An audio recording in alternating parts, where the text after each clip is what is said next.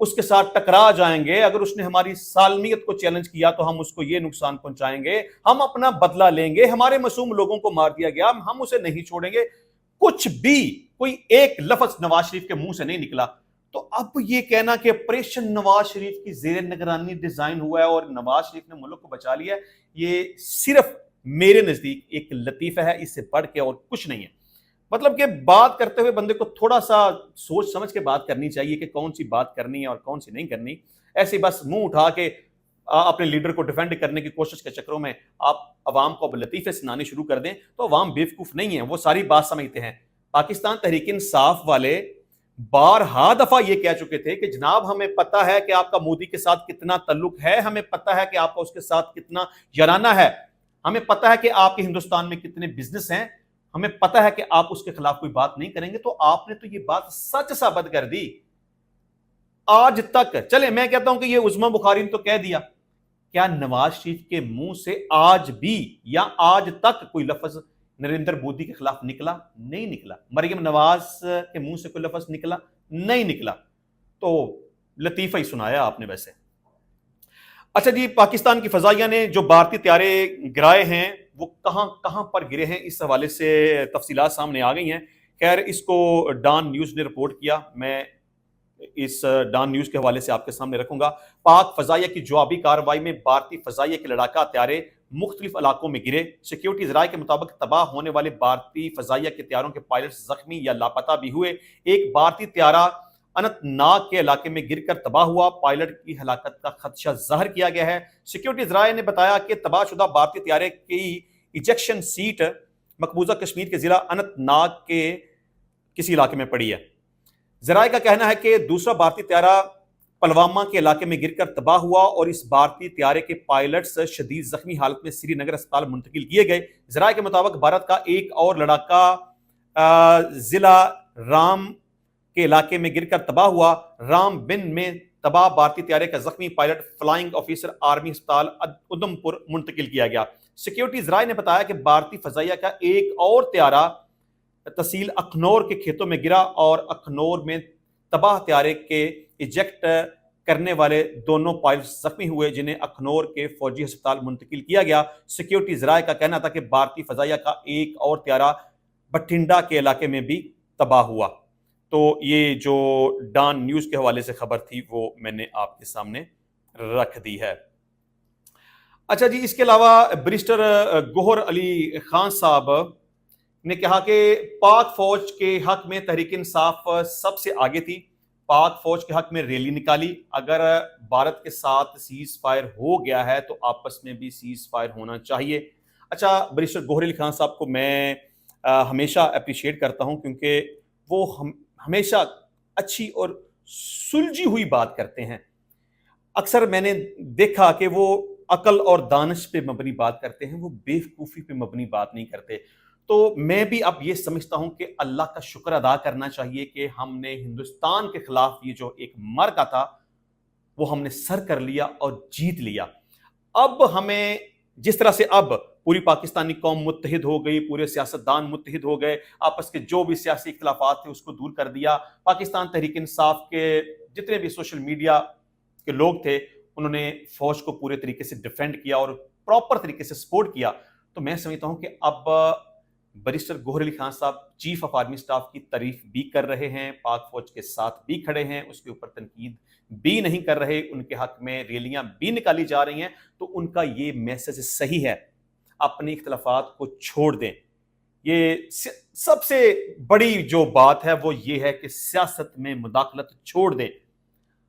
اگر ہماری فورسز دنیا کی بہترین فورسز میں اس کا شمار ہوتا ہے، ان کے خلاف صرف ایک ہی بڑا الزام ہے کہ ان کی سیاست میں مداخلت ہوتی ہے۔ اگر سیاست سے اپنی مداخلت چھوڑ کر اپنے اصل کام کی طرف لوٹ جائیں تو یقین مانیں ہماری فوج کی اس وقت جو عزت ہے کئی 100 گنا اس میں اضافہ ہو جائے گا۔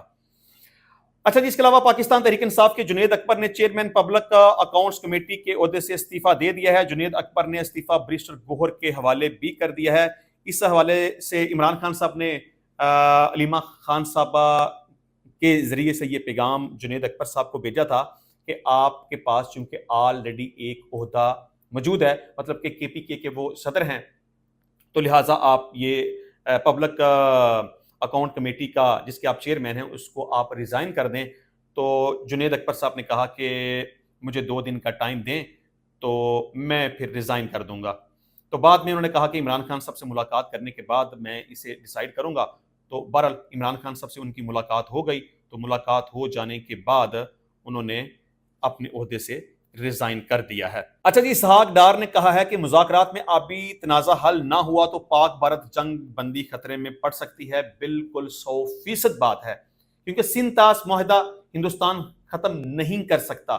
اگر اس نے اس کو معطل کیا ہے تو غلط کیا، اور اگر وہ ہمارا پانی روکے گا تو بہت بڑی غلطی کرے گا۔ پہلی بات تو یہ ہے کہ وہ ہمارا پانی روک نہیں سکتا، لیکن اگر روکے گا یا وہ روک پائے گا یا پانی کی سپلائی پاکستان میں نہیں آئے گی تو کسی بھی صورت میں اس کو ٹالریٹ نہیں کیا جائے گا، اس کو اعلان جنگ سمجھا جائے گا۔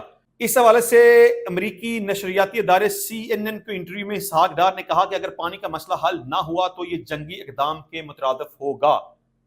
کشمیر کا مسئلہ اگر حل ہو جائے تو دہشت گردی کا مسئلہ بھی حل ہو جائے گا اور پانی کا مسئلہ بھی حل ہو جائے گا۔ اس وقت دونوں ملکوں کے درمیان جو سب سے بڑی ٹینشن ہے وہ کشمیر ہے، کیونکہ کشمیر دونوں ہی ملکوں کے لیے بہت امپورٹنٹ ہے۔ انہوں نے کشمیر کو علاقائی عدم استحکام کی جڑ قرار دیتے ہوئے خطے کے لیے مستقبل میں حق کے خود ارادیت کا مطالبہ کیا۔ یہ پاکستان نے مطالبہ پہلی دفعہ نہیں کیا، یہ بات 1948 سے چل رہی ہے۔ پاکستان نے اس مسئلے کو انٹرنیشنل لیول پہ ہائی لائٹ کیا تھا اور ایک قرارداد اقوام متحدہ میں جمع کروائی تھی جو کہ منظور ہو چکی ہے کہ کشمیریوں کو حق خود ارادیت دیا جائے گا۔ اس حوالے سے ان کی رائے لی جائے گی اور ان کی رائے کا احترام کیا جائے گا، لیکن آج تک 1948 سے لے کر 2025 تک کشمیریوں کو حق خود ارادیت نہیں دیا گیا۔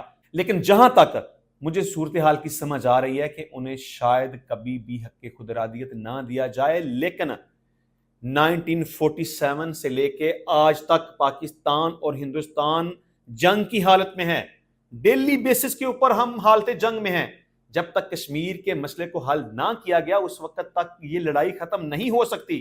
کبھی چھوٹی لڑائی، کبھی جڑپ، کبھی بڑی لڑائی، کبھی لڑائی کا کوئی طریقہ، کبھی کوئی طریقہ، یہ لڑائی مسلسل جاری ہے اور اس مسئلے کا حل ہونا بہت ضروری ہے۔ جب تک دونوں ملک کٹھے بیٹھ کر اس مسئلے کو حل کرنے کی کوشش نہیں کریں گے پوری نیت کے ساتھ، اس وقت تک یہ مسئلہ حل نہیں ہوگا۔